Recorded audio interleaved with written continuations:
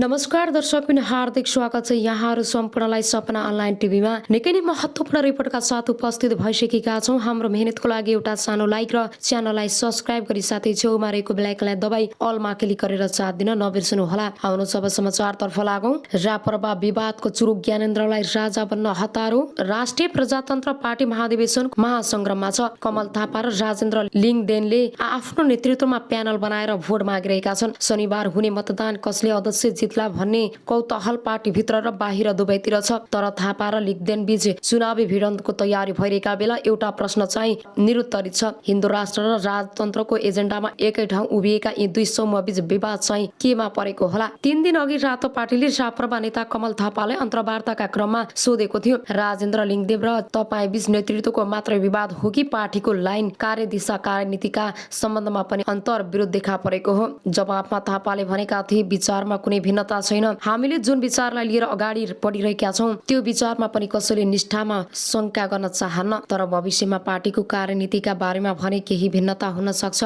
तर वैचारिक रूपमा त्यस्तो कुरा भिन्नता छैन। त्यसै गरी रातो पार्टीले अध्यक्षका अर्का प्रत्याशी लिङदेनलाई पनि सोधेको थियो, पुस्ता रहर हुनु पर्यो, तपाईँको एउटा माग सुनिएको, वैचारिक एजेन्डामा चाहिँ कमल थापा र तपाईँ बीच के फरक पर्यो र बेग्लै उम्मेदवारी घोषणा गर्नु पर्यो? राजेन्द्र लिङदेनलाई पनि सोधेको थियो, पुस्ता हस्तान्तरण हुनु पर्यो। लिङदेनको जवाब पनि कमल थापाको जस्तै थियो। उनले भने वैचारिक भिन्नता छैन, तर त्यो वैचारिक मान्यता स्थापित गर्ने र त्यसलाई प्राप्त गर्ने सवालमा उहाँको कार्यशैलीमा अहिले जुन ढङ्गले उहाँको राष्ट्रिय प्रजातन्त्र पार्टीलाई अगाडि लगिराख्नु भएको छ र जुन कार्यशैलीबाट उहाँले काम गरिराख्नु भएको छ त्यो बाटोबाट कुनै दिन हाम्रो वैचारिक मान्यतामा स्थापित हुन्छ भन्ने त तफसिलको कुरा भयो। त्यो बाटोबाट त राष्ट्रिय प्रजातन्त्र पार्टी नै रहन्छ कि रहँदैन भन्ने खतरा पैदा भयो। लिङदेनले कमल थापासँग आफूलाई भिन्नता छुट्याउँदै अगाडि भने हाम्रा राजनीतिक एजेन्डाहरू स्थापना गर्ने हाम्रो आगामी लक्ष्य हो र यसको प्रस्थान बिन्दुका रूपमा हामीले नेतृत्व परिवर्तनलाई लिएका छौँ। यो हाम्रो पहिलो स्टेप अर्थात् माइलस्टोन हो। राष्ट्रिय प्रजातन्त्र पार्टी आफ्नो जीवनको सबभन्दा कमजोर अवस्था छ। राप्रपा भित्रका केही मान्छेहरूको कुरा मात्रै होइन, राप्रपा भन्दा बाहिर पनि राप्रपा भन्दा ठूलो संख्या राजा चाहिन्छ, हिन्दू राष्ट्र चाहिन्छ भन्ने मानिसहरू छन्। भोलि आफ्नो चुनावमा राष्ट्रिय प्रजातन्त्र पार्टीलाई ठूलो पार्टी बनाउन सकिन्छ। राजेन्द्र लिङदेनको पछिबाट महामन्त्रीमा उम्मेदवार बनेका अर्का नेता धवल शमशेर जबराले रातो पार्टीसँगको कुराकानीमा भनेका छन्, कमल थापा हामीले मानिरहेको अध्यक्ष हो, हामीलाई केही आपत्ति थिएन। 10औं वर्षदेखि मान्दै आएको मान्छेलाई मान्न केही समस्या थिएन। तर अब उहाँलाई नेपाली जनताको पछ्याउने भए, उहाँको नाम लिएर पार्टी अगाडि बढ्न नसक्ने भए, उहाँले नेतृत्व गरेको पार्टीमा जनताले भोट नहालिदिने भयो, उहाँले नेतृत्व गरेको पार्टीमा जनताले भोट नहाल्ने भएपछि हामीले कसरी चुनावमा जाने भन्ने कुरा, त्यसकारण पनि नेतृत्व परिवर्तनको कुरा आएको हो। नेताहरूका कुरा सुन्दा राप्रपाको एजेन्डा राजतन्त्र, हिन्दू राष्ट्र र संहिताको खारेजीमा दुवै पछि एकै ठाउँमा छन्, तर त्यसलाई प्राप्त गर्ने बाटो के हो भन्नेमा चाहिँ विवाद देखिएको छ। स्रोतका अनुसार राजेन्द्र लिङदेन पछिका नेताहरू आज राजा आउ देश बचाऊ भन्दै तत्कालै सडक आन्दोलन थालिहाल्ने लाइनमा छन्। ज्ञानेन्द्रको फोटो टाँसेर देशैभरि आन्दोलनमा उत्रिनुपर्छ र राजावादी जनमत आफूतिर आकर्षित हुन गई भोट बढाउन सकिन्छ भन्ने लिङदेन पछिको कार्यदिशा रहेको बुझिन्छ। यसरी राजा आउ देश बचाऊ भन्दै सडक आन्दोलनमा उत्रदा राप्रपा बाहिरका जोगी नेता र वकिलहरूलाई पनि साथमा लिएर अघि बढाउनु पर्ने लिङदेन पछिको सोच रहेको नेताहरू बताउँछन्। जस्तो अधिवक्ता बालकृष्ण नेउपानेदेखि लिएर सहमतिमा आएको खण्डमा ज्ञानेन्द्र साईसम्म साथमा लिएर अघि बढ्नुपर्ने र धर्मगुरुहरूलाई पनि सडकमा उतार्नु पर्ने उग्र लाइन लिङदेन पछिको रहेको नेताहरू बताउँछन्। राजा आउ देश बचाऊ भन्दै सडक तताउने कार्यनीतिमा पूर्व राजा ज्ञानेन्द्र र भारत हिन्दू स्वयंसेवक आरएनएसको समेत रुचि रहेको राप्रपा नेताहरूको भनाइ छ। उता कमल थापा चाहिँ सडकमा राजाको फोटो उत्रिँदैमा राजतन्त्र पुनर्स्थापना नहुने अडानमा रहेको उनी निकट नेताहरू बताउँछन्। जनताले राप्रपालाई ठूलो दलका रूपमा स्वीकारेपछि र काठमाडौँ एक लाम मानिसले उत्रने जनसङ्ख्या माग्ने अवस्था आएपछि बल्ल संवैधानिक बाटोबाटै राज संस्था फर्काउन सकिने थापाको लाइन रहेको उनी निकट नेताहरूको भनाइ छ। 2-4 जनाले चाहँदैमा र हल्ला माग्दैमा राज संस्था नफर्कने थापाले बताएपछि उग्र राजवादीहरूले लिङदेनलाई अगाडि सारेको एक नेताले रातो पार्टीलाई बताएका छन्। पूर्व राजा ज्ञानेन्द्रसँग निकट रहेका निर्मल निवासका मानिसहरूले राप्रपालाई फुटाउने उद्देश्यले राजेन्द्र लिङदेनलाई अगाडि सारेको गुनासो थापा पक्षको नेताहरूको छ। कमल थापा निकट एक नेताले रातोपाटीसँग भने उमेरका कारणले हो कि किन हो राजालाई गद्दीमा फर्कन हतार लागे जस्तो देखिन्छ, तर समय नआइकन कसैको हतारो मात्रै सङ्घ संस्था फर्कन सक्दैन। त्यसका लागि धैर्यतापूर्वक राजनीतिक शक्ति आर्जन गर्नुपर्छ। रापरपा फुटाएर राज संस्थाको एजेन्डा बलियो हुँदैन। त्यसो त विगतमा पनि निर्मल निवासको रापरपा फुटाउने भूमिका खेल्ने गरेका असन्तुष्ट जनाउँदै रापरपा नेता कमल थापाले त्यसो नगर्न निर्मल निवासलाई सचेत गराएका छन्। थापाले केही बेर उम्मेदवारहरूले राजा ज्ञानेन्द्रको तस्बिर र आफ्नो तस्बिरसँगै राखेर प्रचार गरेको पनि देखियो र केही सञ्चार माध्यमहरूका राजाको नाम मुछेर कुनै एक अमूल्य उम्मेदवारलाई समर्थन छ भन्ने प्रचार पनि गरियो, तर यसलाई तत्कालीन पूर्व राजाको सचिवालयले खण्डन गर्यो। मलाई पुरा विश्वास छ कि राजा वा राजाको सचिवालयको तर्फबाट पार्टीको आन्तरिक विवादमा प्रतिस्पर्धामा हस्तक्षेप हुन्छ भन्ने लाग्दैन। हामीले परिकल्पना गरेको राजा भनेको रापरपाको मात्र होइन, अन्य राजनीतिक दल र सिङ्गो नेपालीको साझा संस्थाको परिकल्पना गरेका हौं। चुनावी राजनीति भन्दा माथि उठेको एउटा साझा वा अभिभावकीय संस्थाको हामीले परिकल्पना गरेका हौं। त्यसो परिकल्पना गरिएको संस्थाबाट यदि पार्टीको परिकल्पना प्रतिस्पर्धा दखल दिने र पछि बाँडिने कुनै पनि संकेत देखियो भने तुरुन्तै दुर्भाग्यपूर्ण हुन्छ। अब आउनुहोस् अर्को समाचारतर्फ लागौं। भ्रष्टाचारको अखण्ड सबै पदाधिकारी विवादित भएका छन्। जनताको उपचार गर्न र चिकित्सक उत्पादन गर्न पूर्वी नेपालको धरानमा स्थापित बीपी कोइराला स्वास्थ्य विज्ञान प्रतिष्ठान भ्रष्टाचारको अखण्ड बनेको छ। मुलुकको पहिलो जननिर्वाचित प्रधानमन्त्री बीपी कोइरालाको नाममा स्थापित विश्वविद्यालयको निकासा पछिल्लो 2 वर्षको अवधिमा 3 उपकुलपति भ्रष्टाचारको आरोपमा मुछिनेले त्यही संकेत गर्छ। 2076 साल असार 26 गते प्रतिष्ठानका तत्कालीन उपकुलपति प्रा डाक्टर राजकुमार श्रैनियार 8 लाख रुपियाँ घुससहित पक्राउ परे।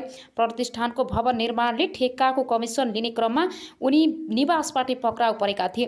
त्यसको 3 सातापछि अघिल्ला उपकुलपति बलभद्र प्रसाद दासमाथि 4 करोड भ्रष्टाचार मुद्दा लाग्यो।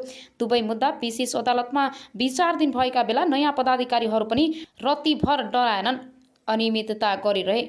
सरकारले गठन गरेको कार्यदलले उपकुलपति ज्ञानेन्द्र गिरी भ्रष्टाचारको आरोपबाट उम्किन नसक्ने गरी सरकारलाई मंगलबार प्रतिवेदन बुझाइसकेको छ।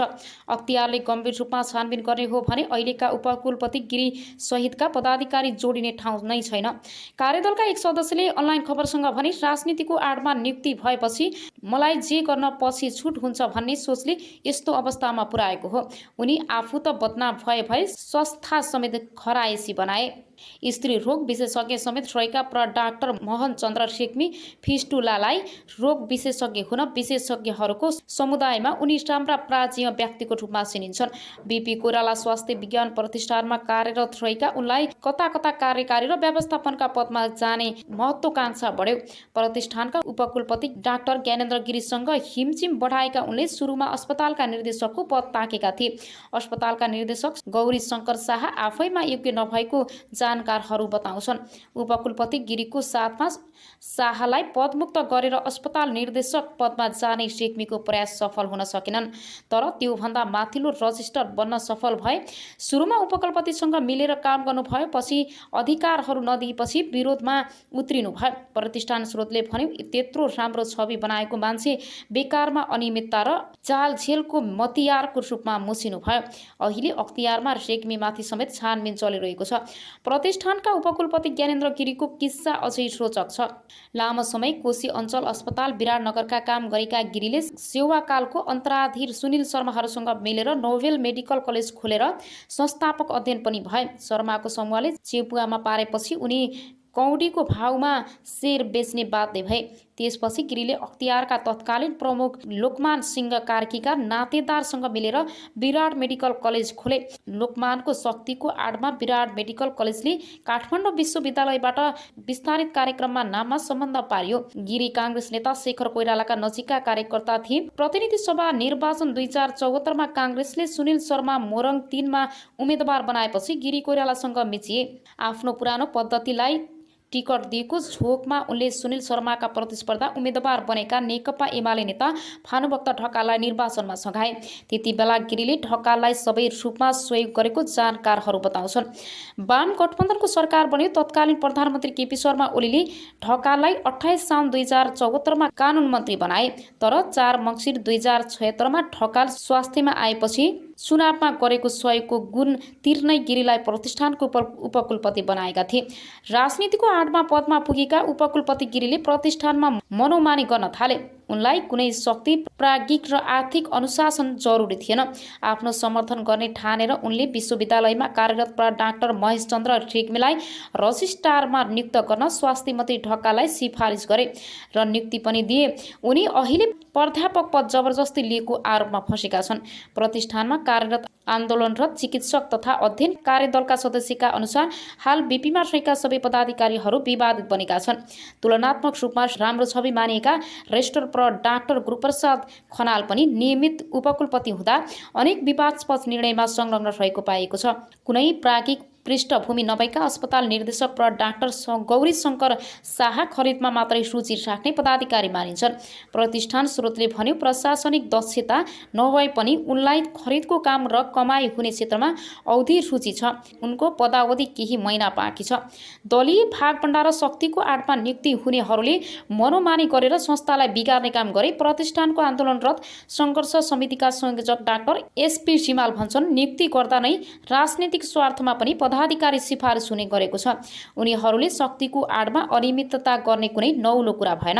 हरेक पटक दक्षता र क्षमता भन्दा पनि राजनीतिक संरक्षणका आधारमा पदाधिकारी नियुक्ति भएका छन्। 2050 सालमा स्थापना भई 2055 सालदेखि चिकित्सक शिक्षामा स्नातकोत्तर तह सञ्चालन गरिरहेको प्रतिष्ठानले पूर्वी नेपालका विभिन्न जिल्लाहरूमा चिकित्सा सेवा र दन्त चिकित्सा सेवा दिइरहेको छ। आफ्नो क्षमताको 3 गुणासम्म बिरामी जाँच्ने अस्पताल भएको प्रतिष्ठानको पछिल्लो समय आम्दानी घट्दो क्रममा छ। शैक्षिक गुणस्तर खसेको छ। नियमित जसो आर्थिक नियमितता हुने गरेको छ। प्राज्ञिक काम कारबाही तहस नहस छ भने अस्पतालमा बिरामी फेरेर रेफर गरेर कमिसन लिने प्रवृत्ति मौलाएको छ। पदाधिकारीहरूको असहमतदारी र छै झगडाले स्थिति झन तनावपूर्ण बनेको छ। बेथिति मौलाएको प्रतिष्ठानमा एकै वर्षमा 48 करोड रुपियाँसम्म बेरोज निस्किएको छ। 2 अर्ब 20 करोडको बजेटमा 70% रकम चालु प्रकृतिका काममा खर्च हुन्छ। प्रतिष्ठानमा आवास छ तर बाहिरका मानिसहरू बसेका छन्। छात्रावास र कर्मचारी आवासमा पानी चुहिन्छ। नर्सिङ स्टाफलाई आवास छैन तर संस्था बाहिरका व्यक्तिले आवास पाएका छन्। निवासमा अस्पतालमै काम गर्न जुनियर रेसिडेन्टलाई मासिक 4000 भाडा असुलिएको छ। अहिलेका यी 4 पदाधिकारीले संस्थालाई बदनाम बनाएकोले तत्काल उनीहरूलाई बर्खास्त गरेर योग्य र समक्ष पदाधिकारी नियुक्त गर्नुपर्छ एक सिनेटरले अनलाइन खबरसँग भने। नत्र आफै जनचेतनाको नाममा स्थापित स्वास्थ्य निकायको अवस्था बेहाल हुँदा सत्तारूढ दल मूक दर्शक हुने भयो।